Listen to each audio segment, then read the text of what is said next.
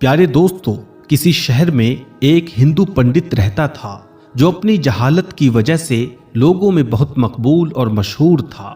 اس پنڈت کی خاص بات یہ تھی کہ وہ اسلام اور مسلمانوں سے سخت نفرت کرتا تھا، یعنی کہ اسلام اور مسلمانوں کے خلاف تھا، اور اکثر وہ مسلمانوں کے خلاف بیہودہ سوالات نکالتا اور لوگوں کو چیلنج کرتا تھا اور کہتا تھا کہ میرے ان سوالات کے جواب دے دو، میں اسلام کو ضرور قبول کر لوں گا، یعنی میں مسلمان ہو جاؤں گا۔ اس طرح سے وہ اپنی اس گندی سوچ کو دکھا کر مسلمانوں کو نیچا دکھاتا، جس کو دیکھ کر وہ ہندو پنڈت کافی خوش ہوتا تھا۔ اس طرح سے اسے اپنے علم پر کافی غرور ہو گیا تھا۔ پھر ایک بار اس ہندو پنڈت نے 3 سوال بنائے اور مسلمانوں کو چیلنج کرنا شروع کر دیا کہ اگر کوئی میرے ان 3 سوالوں کے جواب دے دیتا ہے تو میں اسلام قبول کر لوں گا۔ دوستو، وہ سوال کچھ اس طرح کے تھے کہ جن کا جواب بڑے عالموں کے پاس بھی موجود نہیں تھا، اور اس طرح سے اس ہندو پنڈت کا ڈنکا ایک بار پھر سے زور پکڑ گیا۔ اس ہندو پنڈت کے وہ 3 سوال کچھ اس طرح کے تھے۔ اس کا پہلا سوال تو یہ تھا کہ جب آج تک کسی نے اللہ کو دیکھا نہیں ہے تو پھر تم لوگ پہلے کلمے میں اللہ کے ایک ہونے کی گواہی کیسے دیتے ہو، اور تم ایسا کیوں کہتے ہو کہ اللہ کے سوا کوئی معبود نہیں ہے؟ اس کا دوسرا سوال یہ تھا کہ جب ہر چیز پر اللہ قادر ہے تو دنیا میں جو کچھ بھی ہوتا ہے وہ اللہ کی مرضی سے ہی ہوتا ہے، تو پھر دنیا میں کسی بری بات کے لیے انسان قصوروار کیوں کہلائے گا؟ اور اس ہندو پنڈت کا تیسرا سوال یہ تھا کہ تم کہتے ہو کہ شیطان آگ سے بنا ہے، وہیں دوسری طرف اللہ کہتا ہے کہ کل قیامت کے دن شیطان کو جہنم کی آگ میں ڈالا جائے گا، تو جب شیطان خود آگ سے بنا ہے تو اس آگ میں شیطان کا کیا بگڑے گا؟ آگ پر آگ کا کیا اثر ہوگا؟ یہ 3 سوال اس ہندو پنڈت نے مسلمانوں کے سامنے پیش کیے، لیکن کوئی بھی اس کے ان 3 سوالوں کے جواب دینے کے لیے تیار نہیں تھا۔ اس طرح سے کرتے کرتے کچھ دن گزر گئے۔ ایک دن وہ ہندو پنڈت کسی کام سے اپنے گھر سے باہر نکلا۔ ابھی وہ کچھ دور گیا ہی تھا کہ اس کا گزر ایک درویش کے پاس سے ہوا، یعنی ایک اللہ کے ولی کے پاس سے ہوا، جو کہ زمین پر بیٹھا ہوا مٹی کے بڑے بڑے گولے بنا رہا تھا۔ جیسے ہی وہ ہندو پنڈت اس کے پاس سے گزر رہا تھا تو فقیر نے اس کو آواز دی اور اپنے پاس آنے کو کہا۔ وہ پنڈت اس درویش فقیر کے پاس چلا آیا۔ درویش نے کہا کہ ہم نے سنا ہے کہ تمہارے کچھ سوال ہیں جن کا آج تک کوئی بھی جواب نہیں دے پایا، ذرا مجھے بھی تو سناؤ تمہارے سوالات کیا ہیں، شاید میں ان کا کچھ جواب دے دوں۔ تو یہ سن کر وہ ہندو پنڈت بڑے تکبر کے ساتھ مسکرایا اور کہنے لگا کہ جب میرے سوالوں کے جواب تمہارے بڑے بڑے علماء نے نہیں دیے تو تم فقیر کے پاس کیا علم ہوگا؟ یہ سن کر وہ بزرگ فقیر مسکرا دیا اور کہنے لگا کہ تم اپنے سوالات تو بیان کرو۔ تو اب ایک ایک کر کے اس ہندو پنڈت نے اپنے سوالات دہرانے شروع کر دیے۔ وہ ہندو پنڈت کہنے لگا، میرا پہلا سوال تو یہ ہے کہ جب آج تک کسی نے اللہ کو دیکھا نہیں ہے تو پھر تم لوگ پہلے کلمے میں اللہ کے ایک ہونے کی گواہی کیسے دیتے ہو؟ پھر تم یہ بھی کہتے ہو کہ اللہ کے سوا کوئی معبود نہیں ہے۔ اور میرا دوسرا سوال یہ ہے کہ جب ہر چیز پر تمہارا اللہ قادر ہے اور اس دنیا میں جو کچھ بھی ہوتا ہے وہ اللہ کی مرضی سے ہوتا ہے، تو پھر کسی بری بات کے لیے انسان قصوروار کیوں کہلائے گا؟ اور میرا تیسرا سوال اور آخری سوال یہ ہے کہ آپ کہتے ہو کہ اللہ نے شیطان کو آگ سے بنایا ہے، وہیں دوسری اور اللہ کہتا ہے کہ قیامت کے دن شیطان کو جہنم کی آگ میں ڈالا جائے گا۔ اب شیطان خود آگ سے بنا ہے تو اس کا اس آگ میں کیا بگڑے گا؟ آگ کا آگ پر کیا اثر ہوگا؟ ہندو پنڈت نے کہا کہ درویش بابا، میرے یہ 3 سوال ہیں جن کا جواب کسی کے پاس بھی موجود نہیں ہے۔ یہ سن کر وہ بزرگ درویش کافی دیر تک اس ہندو پنڈت کو دیکھتے رہے اور کچھ سوچتے رہے۔ یہ دیکھ کر وہ ہندو پنڈت من ہی من خوش ہو رہا تھا، جس کا اندازہ اس کی مسکراہٹ سے لگ رہا تھا۔ پھر ایک دم اس بزرگ درویش نے اپنے ہاتھ میں موجود مٹی کا وہ بڑا سا گولا اس پنڈت کے سر پر دے مارا۔ اس گولے کے لگتے ہی اس کے سر سے خون نکلنے لگا۔ پنڈت اٹھ کر کھڑا ہوا اور کہنے لگا، تم نے یہ ظلم مجھ پر کیوں کیا ہے؟ تم نے مجھ کو کیوں مارا ہے؟ میں اس زیادتی کی شکایت شہر کے قاضی سے جا کر کروں گا